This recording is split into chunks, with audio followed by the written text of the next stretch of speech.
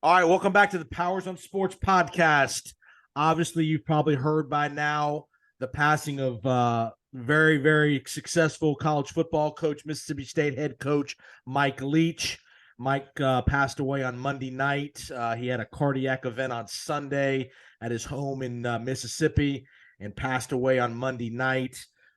Terrible news in the coaching profession, and we're going to talk to Coach Jim Leavitt, who I know you guys have heard us talk to throughout the year. Coach was a very good friend of Coach Leach's, and we're just going to talk to Coach Leavitt. We're going to be here today. It's all going to be about celebrating Coach Leach. He lived a great life for the time he was here, 61 years old.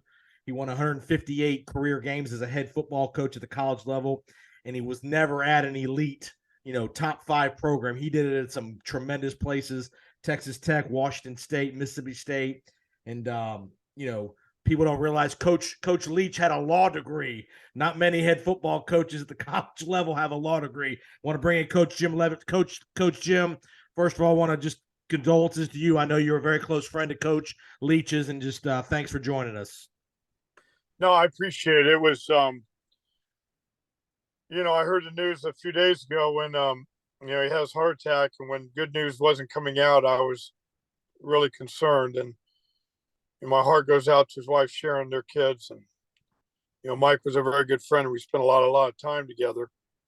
I'd met him originally when I was head coach of South Florida, and he was at Kentucky, and they were coming to play in a bowl game in Tampa, and I met him, and he said he was going to Oklahoma to coach for Bob Stoops, and Mark Mangino was the O-line coach, so he was really concerned about Mark, or Bob was bringing Mark Mangino in to be the O-line coach. He was always at Kansas State. So he kept asking me a lot of questions about Mark. So that's where we initially met. And then, when I, when we had the big lawsuit with me and, University of South Florida, the same thing was happening with Mike and Mark Mangino. So it's a small world. Right. We all had, cases that we felt like we were wrongfully terminated. And so we were on the phone, and Mike and I talked for 2 months every night. He would call me. Mike's a little different than most people. Yeah. He would call me every night at about 12:30 at night. My wife Jody was there, and he goes, "Who is that?" I go, "It's Mike again." And I would take the phone. I go downstairs. We talk till 3:30 in the morning, about everything. And we talked for literally 2 months. Wow. And Mike and I became very, very close through that. And when my wife had our first child, Sophia, we drove down to his home in Key West, and Mike and I, just spent from morning to night just talking. And talk about how much he loved Key West. That's always came up how much and of all places, a guy from California. How did he find a place? I heard Hal Mummy on an interview earlier today talking about how they were recruiting a kid, and Coach Mummy said, "Go find me a kid from Florida," and they ended up in Key West, and then he just fell in love with Key West. He just loved it. He loved everything about Key West, and we didn't go out because we were both going through the lawsuit. So all our attorneys said, "You better not go out in Key West." That place. So it was really funny. He knew Matthew McConaghy really well. And there was an incident a number of years ago with Matthew McConaghy and bongo drums. And you'll have to look up the story. It was about Matthew McConaghy was naked or something hitting a bongo drum. And Mike had the bongo drum. And he brought the bongo drum downstairs, and I started hitting the bongo drum talking to Matthew McConaghy on the phone for about 30 minutes. And I thought that was fun. And that was, and Jody was just talking to Sharon. Mike and I had a few drinks. And while they were talking, because, obviously Jody wasn't going to drink because of the, carrying Sophia. So we got really close. And then when he went to Washington State, he offered me the DC job there a couple of times. And the circumstances were where I just couldn't do it. Right. And then most recently, when he took the job at Mississippi State, he called me at 3 a.m. We talked till 6:30 a.m. Jody again knew it was Mike Leach because nobody else called then. And I had just taken a job with Willie Taggart at FAU, and it was during COVID, and I really wanted to see my mom. My mom was 96, and she was in St. Pete, so I knew I could get back and forth. And Right. we talked for 3.5 hours about the defense coordinator job, and who now is the interim head coach. And it was too hard. I'd already, I was pretty loyal about things. I'd already accepted a job at FAU, and Right. it kept me in Florida. And my wife and kids were in Colorado at the time, and I knew they would. I thought they'd come to Florida, and I thought we're trying to get back our family back together, and which was hard, in the coaching profession sometimes. So so Mike and I were very close. We spent a lot of time together, and I really enjoyed him. And let's before we get to the X's and O's of him as a coach, let's talk about some of the jobs he took. He took some tough jobs, and he made those programs and those cities massive winners. Texas Tech, not an easy place to get to, recruit to, and win at. Won big time at Texas Tech. Then he went to Washington State, another tough place to go and win and recruit, and he did it. Then he goes to Mississippi State. Everybody thought air raid's not going to succeed in the SEC in Starkville, Mississippi, and he won there. Just talk about, and he's kind of an eccentric guy. Talk about how he fits into those kind of communities, and then what a great job he did winning at those places that are tough places to win. Yeah, when he was at Texas Tech, I was head coach South Florida, pretty much all the same years, and we used to talk all the time because they're both tough places to win. I mean, we had was an abandoned trailer from George Steinbrenner, and we were winning a bunch of games, and which kind of, I laugh now when they talk about a new facility and new stadium up on the campus of South Florida. And I was sitting there thinking, heck, we were playing Pittsburgh and Louisville and Syracuse, Rutgers, all those people, and using Raymond James, and we didn't have any facilities. we had players with passion that worked their tail off, and we play with confidence. And Mike and I would talk about both places because they were hard, and I would tell him how great he was doing. He would, he'd be nice to me and say that we were doing a really good job in South Florida. So we talked a lot. Then I faced him as a D coordinator when he was at Washington State, and I was at Colorado. We had a really good defense. We beat him, and we really played good defense. And we had to win. We had to beat them to win our division in the Pac-12. Right. To play Washington in the championship game. That was the only time Colorado's won 10 in the last 20 years. And then I faced him when I was at Oregon, and really played really good defense one time. Another time they got us up at Washington State. That's a tough place to play. Yep. So I knew their offense really, really well, and knew what they were trying to do, and they were good at it. And he didn't care if people knew what they were doing. He said, "You got to stop me." And yeah, I heard Coach Lane Kiffin today talking about in the Egg Bowl this year. He knew their defense knew what the plays were coming, and they still couldn't stop it because of the way they executed. And I always loved how Coach Leach didn't have a big play sheet. He had a little index card. I mean, it was the smallest little index card for a coach, and he just calls his whole offense off the index card. Well, we knew what he did was he would give the play out to the quarterback. And when the offense ran the play, the quarterback, if you notice and look at film, would look right back at Mike. Mike gave the next play call while the play was still running a lot of times. But we filmed it. We filmed him, so we knew what he was doing. And we knew his hand signals. We had all the sheets. We had everything. And because I'd faced Mike 3 times, and it's hard to stop, It just is. Your players have really got to understand what they're trying to do. For coaches to understand is one thing, but you got to have your players really understand what their philosophy is, what they're trying to do. And a lot of people, like Washington, used to beat them all the time, and a lot of people he hated the odd front. He hated it, and he hated the 8-man drop. When you're dropping 8 people and just rushing 3. If you rush more, he's going to get the ball off so fast anyway, you probably weren't going to get to him. Instead of it's the one offense that you drop people. But what I would do is I would bring edge pressure from one side to the other, or I would drop 8. And we really had a pretty good understanding. But our offense had to play well too in the kicking game. And, you knew it's going to be a close game whenever you played them usually, because they could always score. They always had great quarterbacks. They never had the 5-star quarterback. It was always these guys with kind of noodle arms that didn't have strong arms, but they were accurate. They could throw those short and intermediate routes really, really well. To give the audience, just a layman football fan, 2 or 3 concepts of the air raid. I mean, we hear air raid, like you act like they throw it 50 yards down the field. 85% of the passes seem like they're within 10 yards. Yeah, all he wants to do is try to get the ball out and get it into the playmakers' hands and let them do the work. One thing that's really important is you got to tackle well. Yep. And, yards after the catch, so they call me yak yards. That's a big, big deal. It really is. And you got to tackle well. You've got to keep when you drop your linebackers and all the underneath coverage, they got to keep their eyes on the quarterback. You're not going to open your hips that much. You're just going to backpedal and really keep your eyes on the quarterback and read his releases. Because that's a really big thing. But you better be able to run it. You better be able to line up against the inside zone, and that's why he didn't like the odd front. The odd front allows you to stop the run game with the inside zone, where you can also get in your pass coverage, and it's got answers.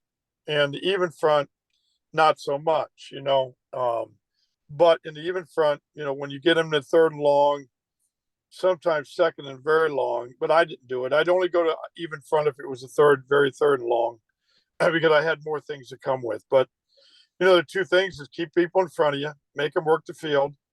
Your safeties have got to do a great job communicating, and you got to tackle well. You just do. And you make it sound very simple, but the guy won 158 games as a head football coach at the Division I level. What an accomplishment. Yeah, that's what we were always teasing about, because he was at right where I was at, because we had 195 at South Florida, and he had 195 at Texas Tech. So I'll never forget it, because we met in Vegas one time with our wives, and we'd always tease each other about that. Who was going to get to 100 wins? Well, obviously he did before I did, because I was never a head coach again. South Florida was the only place I was head coach, So he's remarkable coach. He was just different. Talk about some of his interests away from football. He always talked about, how smart of a guy he is, and law degree, and how he liked to just talk about everything from Bigfoot to candy to anything and everything. Talk about some of your non-football discussions that are just, people wouldn't think that coaches would talk about. He would. He talked about everything. He loved history. He loved Geronimo. He used to talk about those, but he would go off on tangents. You never knew where he was going to go with a conversation. You never did. And he would go off on some tangent, and you really weren't going to reel him back. He was just going to go, and he would explain things, and he would describe things with such passion and interest that it captivated you. And you really didn't want him to come back. You wanted him to just keep going what he was talking about. And I heard Saban talk about that today in a little article. I know Bob Stoops, and Bob and I are really good friends. And, it's really an unbelievable story, because the head coach at USC has no idea that I helped him get there, because Bob Stoops called me up and needed an offense coordinator. And he didn't know who to get, but he wanted to ask Mike Leach, but he didn't want to call Mike. So he said, would I call Mike Leach and ask him who he should hire as his offense coordinator? So I called Mike, and there was 2 or 3 names that Bob was looking at. And Mike told me exactly. He says, hire this guy at East Carolina. He's going to be the one that is so much better than any of them. So I called Bob back, and I said that Mike Leach said to hire the now head coach at USC. Wow. Lincoln Riley. I'm sorry. Lincoln Riley. Oh, yeah. Well, and Lincoln came and did a great job at OU. Then he went to USC. Lincoln to this day probably has no idea that I was the one to help him get from East Carolina to Oklahoma. That's a great to Bob Stoops, because Bob and I talked on the phone, and that's what ignited my call to Mike Leach. Because I told, why don't you call Mike and ask him, because he's at home. He goes, well, I don't want to call Mike. Why don't you? And I said, okay, I will. Called Mike, and that's when he suggested, What's interesting, your relationship with Coach is you're a defensive guy and he's an offensive guy. You would think offensive guys would relate better with all, but you and him had such a great relationship, and you guys were you're trying to stop him and he's trying to light you up on defense. And how did that symmetry, just that relationship foster over time? Well, we talked about a lot. We talked about that a lot. That's why he was really interested in having me come with him as a DC, and I really wanted to work for him, work with him. When I got let go at South Florida, you just don't understand the relationship, because when Mark Mangino, and that's what's so interesting, Mark Mangino was at Oklahoma with, we all knew Bob Stoops. So we used to always tease Mark Mangino, Mike Leach, and I used to always tease that Bob Stoops is the one that caused us to always to go through those lawsuits. And Bob was the one that it never happened to him, because all three of us were tied in with Bob in one way or another. Bob and I were co-D coordinators at Kansas State for 6 years. Right. And Mark and Bob were together, and Mike Leach and Bob were together. But, the things that we did with Mark Mangino, Mike Leach, and I, in those days, nobody was fighting the contract. Everybody was, and we all got fired for cause, and cause wasn't defined. It was a way to get out of contracts. And by us standing up, I think changed the whole history on contracts and head coaches and hirings and all those type of things. And my point is this: we got very close to that because we went through a very, very difficult, stressful time, a time where we all felt like we were, it was wrong, wrongful termination in our minds and our thoughts. And when you go through very difficult things, you can share different things that you become very close. You go through adversity together and you become very close. And that's just kind of what started our relationship. Although I knew Mark Mangino from Kansas State, and I just talked to Mark on the phone today at length about Mike. And then Bob and I text each other, and Mike Stoops and I text each other today. And, just, thoughts about Mike, and when's the last time you talked to Coach Leach? It was a little while ago. It hasn't been recent because I'm not going to bother anybody during the season. Right. I talked to him before that. But we, our relationship was so strong that it, just like Bob and I don't talk a lot right now, but when you do, we do, you got a close relationship. And, but it was, this morning was really hard for me.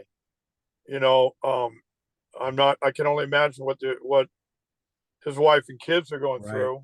Right. I'll never forget his oldest boy when I was hitting the bongo drums, talking to Matthew McConaghy. He came down because the bongo drum was in his room, in his Key West home. But it was hard this morning because I knew it was going to happen. I had a friend call me and say he died. Right. And I sat in the parking lot of my house here in Tampa, and even now it's tough, when you think about it. Because, I used to tell the team all the time that life is but a vapor. And you need to appreciate your life and every moment. And all of my former players tell me that all the time. They remind me about life is but a vapor. And when you have somebody this close to you, it's hard. It's tough. And the ironic thing is, he was going to be coming to Tampa for a bowl game, and I'm sure you would have caught up with him during the bowl game in just a couple of weeks. That Mississippi State was going to be playing here in Tampa on the day after New Year's with the Bulldog. I'm sure you would have caught up with him. Yeah, I was planning on going to the practices, and of course Brett Bielema. I coached Brett Bielema when he was a walk-on player at Iowa, so I knew Brett really well too. So I was kind of looking forward to seeing both of them, and going to some practices, just since I'm in the area. But yeah, it's it's tough. I'm sure I'll go to the funeral, and see a lot of the a lot of the people that knew him well. I'm sure they'll have something in Mississippi State, and I imagine they might have something in Key West. I don't know. Is that where he's based out of, Key West? Is that where he lives kind of in the off season? Yeah, when we were talking about me going with him to Mississippi State, we talked about the drive from Starkville down to Tampa West, because we both love Florida, and we both yeah. We talked 3.5 hours that night, and the topic came up, hey, I want to go see my mom, and I know. And he goes, well, what do you think I'm going to do after every weekend? I'm taking off for Key West. You know, so, you know, if they have something down there, I'll probably go down to Key West. And Well, you know he's got a great legacy. When one, everybody in the country doesn't have a bad thing to say about the guy, and two, if you say the two words air raid, you think of him. I mean, this guy's offense is going to live forever. You know, with the name air raid, and I know he wasn't the original. You know, he made that mainstream and made it an opportunity for a lot of kids to have a lot of success at the college level. yeah, it was Hal Mummy and him at I think it was William Penn College in Indonesia. It was in Indonesia, I think, down in Iowa. Iowa Wesleyan, I think. What it was. I've been down that school. I was down there. I knew Mike was there, but I didn't really know him. And then they went to Kentucky, and we played Kentucky. We played Kentucky in our second or third year of football, and we lost 18-7 or something like that. It was a really close game. Had Anthony Henry and some of those guys, and really, you know, that's when I got to know Hal Mummy first, you know, and I've got stories about Hal Mummy certainly, and crazy stories. And Mike used to like to gamble too, and like I said, in Vegas, and I will never forget one night with him, because my wife enjoyed gambling too. I didn't. I kind of would watch them and get free drinks, you know, whatever. And they played the cards, and you know, so I mean, Mike, we were out late in Vegas. You know, I was just kind of tagging along with him. My wife, they're the ones that gambled. Well, two great football stats about Coach Leach. One, he's got the most wins all time versus ranked teams when he was an unranked team. He leads in the last 80 years of coaching. He's got more wins as an unranked team, coaching an unranked team versus ranked teams, than anybody in the history of college football. What a stat. Yeah, it really is. And I mean, we used to tease about that because he was doing it at Texas Tech. And then, you know, we were fortunate to beat West Virginia when they were fifth in the country a couple of times. And Louisville was ninth. You're very similar. You're very similar to that. Oh, he had a lot more. He had a lot more. And he did it everywhere he'd been. I just had a few. Our team, we had a few like that. You know, we had about 4 in top 10 that we beat. But I just never forget teasing about those things.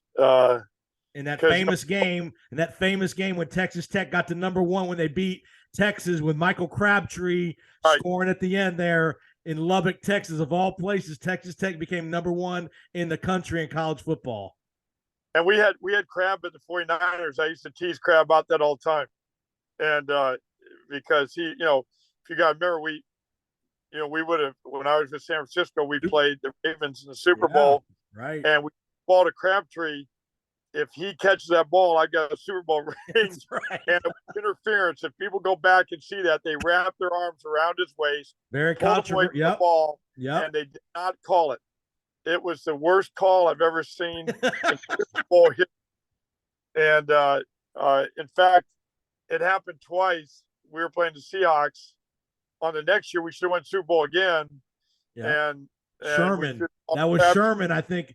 Legion of Boom. Yeah, we got beat that game, and we had a chance to go to 3 Super Bowls, and we lost 2 NFC Championship games and won 1 against Atlanta to go. And but you know, when you talk about Mike Leach, you know, and some of his players he's had, and it's remarkable, really. In the coaching tree, Lincoln Riley, Sonny Dykes, who I know you know, Cliff Kingsbury in the NFL, Josh Heupel now at Tennessee, Dana Holgorsen, just some of the offensive guys that have kind of been mentored under Coach Leach in that air raid offense. No, it's remarkable. He changed college football, and here's a guy who didn't even play it. You know, I mean, went to BYU, and which is an interesting story. He sat in with Lavelle Edwards and watched, you know, because Lavelle Edwards was the one that was throwing the ball out of the split back offense. Right. More than anybody. And Mike ran a lot of split back, 3 wides as well. An ironic story is when I was defense coordinator at Kansas State, we were playing Colorado State, where Urban Meyer was the receivers coach. Urban used to tease me that we were 3-0 against Urban, but it was after that game they had Lavelle Edwards down there as just to watch the game. Yeah. And I played in the Blue Gray game, and Lavelle Edwards was my coach. Wow! So I got to know Lavelle during that week. I thought he was a tremendous person. And again, this is who Mike studied under. Remember audience. Remember the famous BYU teams in the '80s? They threw the ball all over the place with McMahon, Steve Young, Detmer, all those guys. They were the first team that really threw the ball all over the place back in the early mid '80s. Well, and Lavelle Edwards, I asked him who I should hire as the offense coordinator. He's the one that told me, hire Mike Canales because he knows this offense. And that's why I hired Mike Canales, and I brought him back again as receivers coach. So, it's just Mike Leach touches so many different arenas. Coach, I know it's been a tough couple days for you. I know, again, I really appreciate the time. Some great stories, and I know you lost a close friend, and I know it'll be you won't ever forget him. But I know it's going to be a tough couple days here coming up. Yeah, he's a special guy. Special guy. I very much appreciate your time for doing this, Coach. I really do. All right, we'll see you. Okay, Coach.